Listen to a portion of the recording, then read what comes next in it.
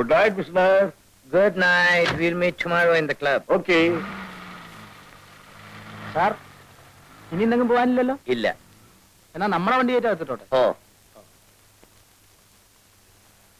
കണ്ടോ, എന്നും രാത്രി 1 മണി 2 മണി വരെ പാർട്ടിയും ക്ലബും ഡിന്നറും. എന്നാ തിരിച്ചു വരുമ്പോ നമ്മുടെ വണ്ടി കയറും. അതില്ല, കണ്ണി കണ്ട കൂട്ടുകാരുടെ വണ്ടി കയറും. പിന്നാലെ എസ്കോർട്ടായിട്ട് ഉറക്കൊഴിക്കാൻ ഞാനും. എന്നാ പാർട്ടി തുടങ്ങി ശങ്കരൻകുട്ടി നീ പോയിക്കോന്ന് പറഞ്ഞാൽ നമ്മുടെ കാര്യമെങ്കിലും ഒന്ന്.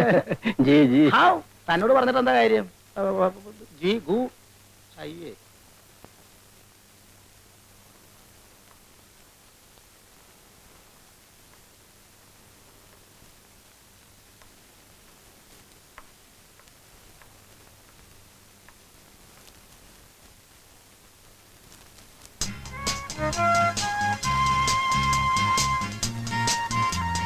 എങ്ങനെയുണ്ട്? വണ്ടർഫുൾ. ആ ഇത് മാത്രമല്ല, നീ അറിവിലുണ്ട്. ഇതിനെ കൊണ്ട് അകത്താക്കിട്ട് ആ റോബർട്ടിനെ കൊണ്ടുവാ.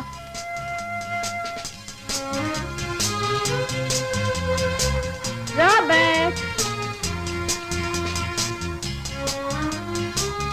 ഓസ്ട്രേലിയയിൽ നിന്ന് കൊണ്ടുവന്നതാ. ഗ്രേറ്റ് ഡെയിൻ.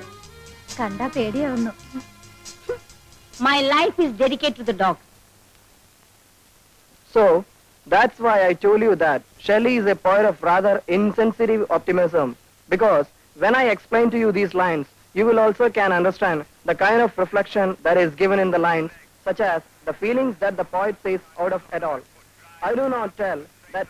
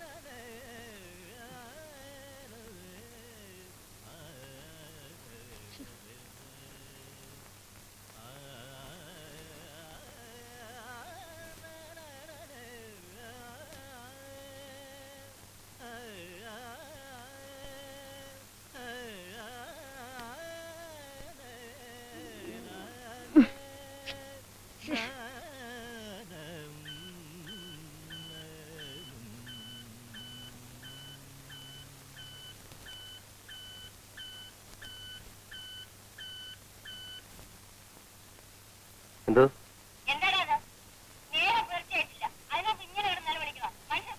മണി 8 കഴിഞ്ഞമ്മേ. ഞാൻ രാവിലെ 5:30 മണിക്ക് ഉണർന്നാ. രാവിലെ സംഗീതം കേട്ടുണരുന്നത് ഒരു രസമല്ലേ?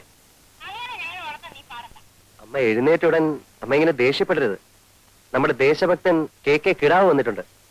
അദ്ദേഹത്തിന് കേൾക്കാൻ ഞാൻ പാടിയതാണ്.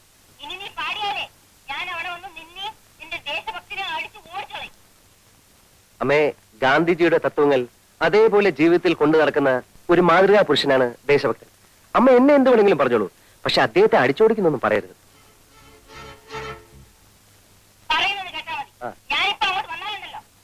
ആ ശരി. ഈ സംഗീതത്തെ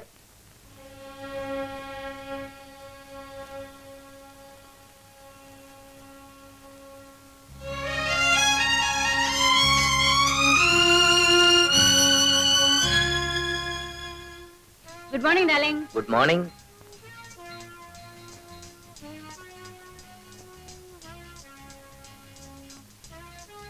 Good morning, Daddy. Good morning, Mom. Morning. Good morning, Daddy. Good morning. Morning.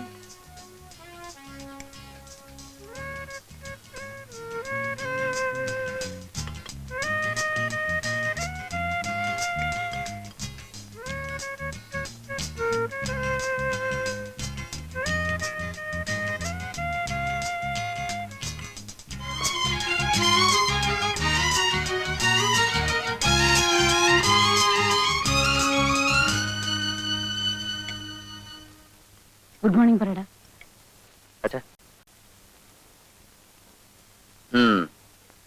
Darling, ഇന്ന് ഉച്ചയ്ക്ക് ഞാൻ മിസ്സസ് ചെറിയാനെയും മിസ്സസ് മേനനെയും ബ്രിഡ്ജ് കളിക്കാൻ വിളിച്ചിട്ടുണ്ട്.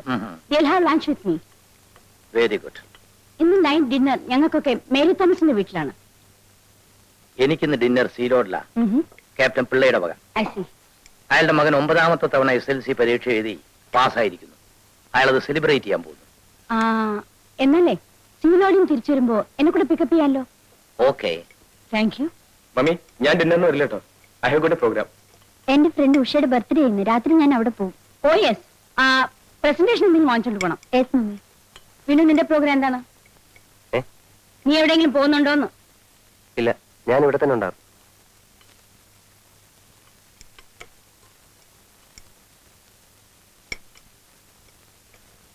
ഇവൻ മാത്രം എന്താ ഇങ്ങനെയായത്? ചേട്ടൻ നമ്മുടെ വീട്ടിൽ ജനിക്കേണ്ട ആളല്ല. അതെ, വല്ല നാട്ടിൻപുറത്തും ജനിക്കേണ്ടതായിരുന്നു. ഒരു മാനേഴ്സും അറിയില്ല ചേട്ടന്. എന്റെ ഫ്രണ്ട്സ് ഒക്കെ വന്നാലേ ഞാൻ ചേട്ടനെ പരിചയപ്പെടുത്താതിരിക്കുന്നത്. മൂപ്പര് ആദർശങ്ങൾ പറയാൻ തുടങ്ങും. ഒടുവിൽ നമ്മൾ ജമ്മുകയും ചെയ്യും. അതെ, ചെറുപ്പത്തിലേ ശ്രദ്ധിക്കാത്തതിന്റെ തകരാറാ. എപ്പോ നോക്കിയാലും ഈ ഹാർമോണിയം വെച്ചുള്ള പാട്ടും പിന്നെ വായനയും.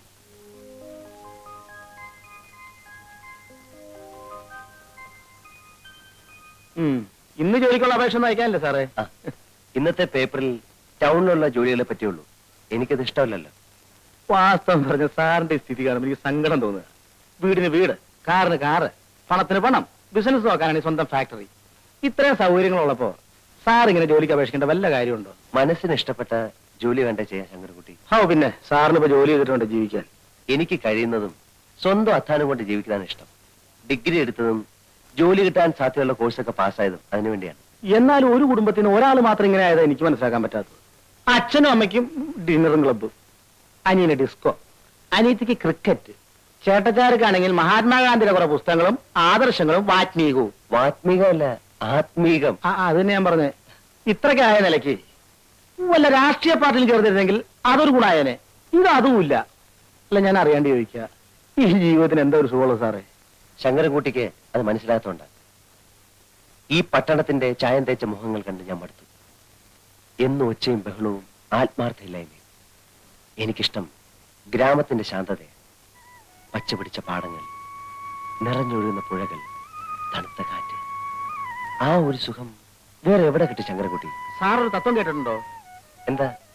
എറിയാനറിയുന്നവന്റെ കയ്യിൽ ദൈവം വടി കൊടുക്കില്ല എന്ന് വെച്ചാല്? വടി. ആ.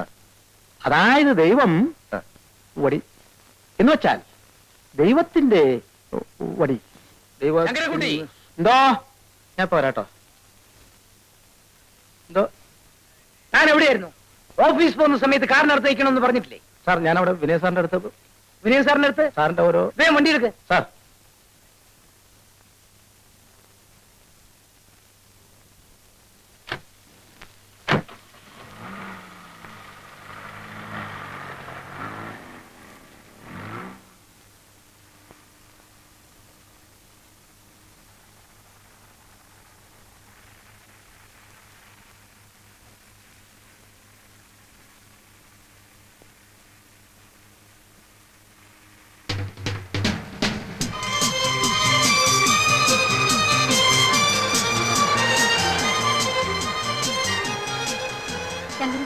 കാറ് നിർത്താം.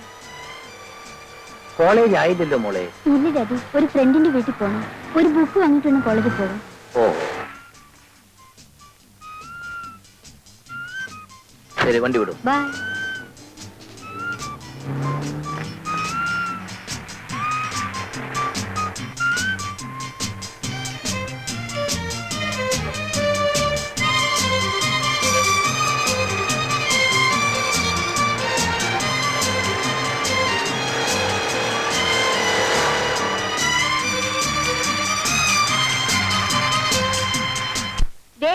ഇത് കണ്ടോ, എന്റെ ഹസ്ബൻഡ് ഹോങ്കോങ്ങിൽ പോയപ്പോ കൊണ്ടുവന്നതാ. ഇതുപോലെ ഒരു 6 എന്റെ ഹസ്ബൻഡ് കൊണ്ടുവന്നിട്ടുണ്ട്. എന്റെ പുള്ളിക്കാരന് ഇതിലൊന്നും വലിയ താല്പര്യമില്ല. വീഡിയോ, ക്യാമറ, വാച്ച് ഇതിലൊക്കെയാണ് ക്രേസ്. ആ വീഡിയോയുടെ കാര്യം പറഞ്ഞപ്പോഴാണ് ഓർത്തത്. കഴിഞ്ഞ പ്രാവശ്യം മൂപ്പര് പാരീസിൽ പോയിട്ട് വരുമ്പോഴേ ഒരു 6 കാസറ്റ് കൊണ്ടുവന്നു. പക്ഷേ അതൊന്നും പിള്ളേരുടെ മുമ്പ് വെച്ചൊന്നും കാണാൻ ഒക്കില്ല. അതുകൊണ്ട് ഒരു വീഡിയോ വാങ്ങിച്ച് ഞങ്ങൾ ബെഡ്റൂമിൽ തന്നെ വെച്ചിരിക്കുക. ബാബു, നിനക്കിന്ന് ക്ലാസ്സിൽ പോണ്ടേ? ഇല്ല മമ്മി, എനിക്ക് കുറച്ച് പ്രോഗ്രാംസ് ഉണ്ട്. ബൈ. ബൈ. പെമ്പിള്ളേർക്ക് ഇവനെന്ന് വെച്ചാൽ ജീവനാ. എത്ര ഗേൾ ഫ്രണ്ട്സ് ആണെന്ന് അറിയാമോ? പക്ഷെ ഇവന്റെ ക്രേസ് മുഴുവനും കാറും ബൈക്കിലുമാ. 3 മാസത്തിന് മുമ്പ് ഒരു ബൈക്ക് വാങ്ങിച്ചു കൊടുത്തേ ഉള്ളൂ. ഇപ്പൊ അത് വേണ്ടാന്ന്. ഡാഡി കാറ് വേണം എന്ന് പറഞ്ഞ് ഭയങ്കര ബഹളം. ഉടനെ വാങ്ങിച്ചു കൊടുത്തൊരു ഡോൾഫിൻ.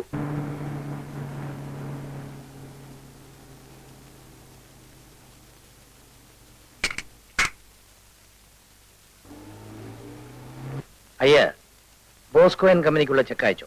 അത് ഇന്നലെ തന്നെ അയച്ചു സാർ. ഗുഡ്. ഒരു ദുഃഖമുണ്ട് സാർ. എന്താ? യൂണിവേഴ്സിറ്റി കോളേജ് പ്രിൻസിപ്പൽ സാറിന്റെ ഫ്രണ്ട് അല്ലേ? അതെ, അതിനാണോ ദുഃഖം? അല്ല സാർ, എന്റെ മകൻ ആദിശേഷനെ പ്രിൻസിപ്പൽ സസ്പെൻഡ് ചെയ്തു. അവനെ തിരിച്ചെടുക്കാൻ ഒന്ന് റെക്കമെൻഡ് ചെയ്യണം സാർ. പഠിക്കാഞ്ഞിട്ടില്ലേ സസ്പെൻഡ് ചെയ്തത്? അല്ല സാർ, അവൻ നന്നായി പഠിക്കും. പിന്നെ അവന്റെ കൂട്ടുകാർ എന്തോ വികൃതി കാണിച്ചു. പ്രിൻസിപ്പൽ അവനെയും ചേർത്ത് പിടിച്ചു. ലുക്ക് ഹിയർ അയ്യ, കുട്ടികളെ വളർത്താൻ പഠിക്കണം. കൂട്ടുകെട്ടാണ് മനുഷ്യനെ ചീത്തയാക്കുന്നത്. എന്റെ മകനും അതേ കോളേജിലല്ലേ പഠിക്കുന്നത്. ഇന്ന് വരെ ഒരു കംപ്ലൈന്റും അവനെ പറ്റി എനിക്ക് കിട്ടിയിട്ടില്ല. എന്തുകൊണ്ട്? ഞാൻ അവനെ അങ്ങനെയാണ് വളർത്തുന്നത്. You get my point? പഴയ കൂട്ടുകെട്ടുകളെല്ലാം ഉപേക്ഷിച്ച് എന്റെ മകനെ പോലുള്ളവരുടെ ഫ്രണ്ട് ആകാൻ പറയണം.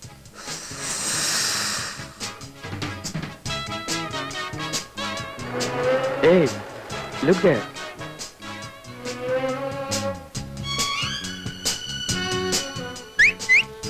ഏയ്, മൈൻഡ് ചെയ്ത് പോകണോ?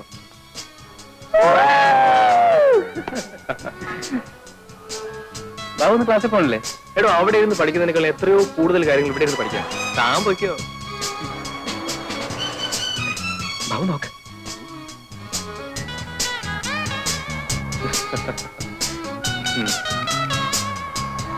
കണ്ടില്ലേ, ഇവളാണ് എന്റെ വരയിൽ വീഴാത്ത പാർട്ടി. തനിക്കതിന് വരയിൽ വീണ പോരല്ലോ, കൊണ്ടുപോകണ്ടേ എങ്ങോട്ടെങ്കിലും?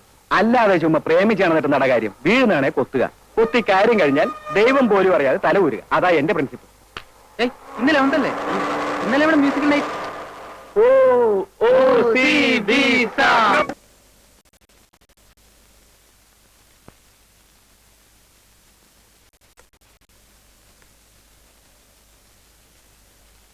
അമ്മേ, ദേ ഇത് നോക്കി. എന്താടാ അത്? പോയിട്ട് ഉറങ്ങും. മണി 1:30 ആവാൻ പോന്നു. ഇപ്പോഴാണ് എൻ്റെ ഒരു വാർത്ത. പോയി ഉറങ്ങും.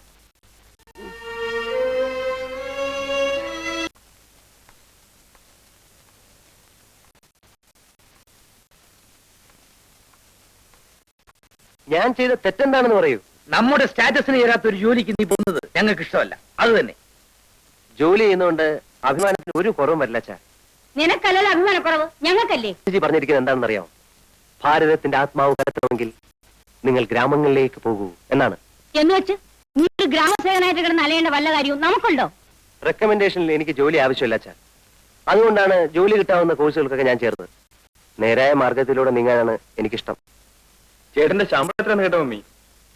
എനിക്കാണെങ്കിൽ 2 സിനിമയും കണ്ട് ഫ്രണ്ട്സിന്റെ ഒപ്പം കാപ്പിയും കുടിച്ച് പോരാനുള്ള കാശേ ഉള്ളൂ. ബാബു, എടാ, എളിമയാണ് മനുഷ്യന്റെ ഏറ്റവും വലിയ സ്വത്ത്. ഒരാഴ്ച അവിടെ താമസിച്ച് ആ പുതുമ കഴിഞ്ഞാൽ നിനക്ക് മനസ്സിലാകും. അത് കഴിഞ്ഞിട്ട് ആലോചിക്കാം ബാക്കി കാര്യങ്ങളൊക്കെ.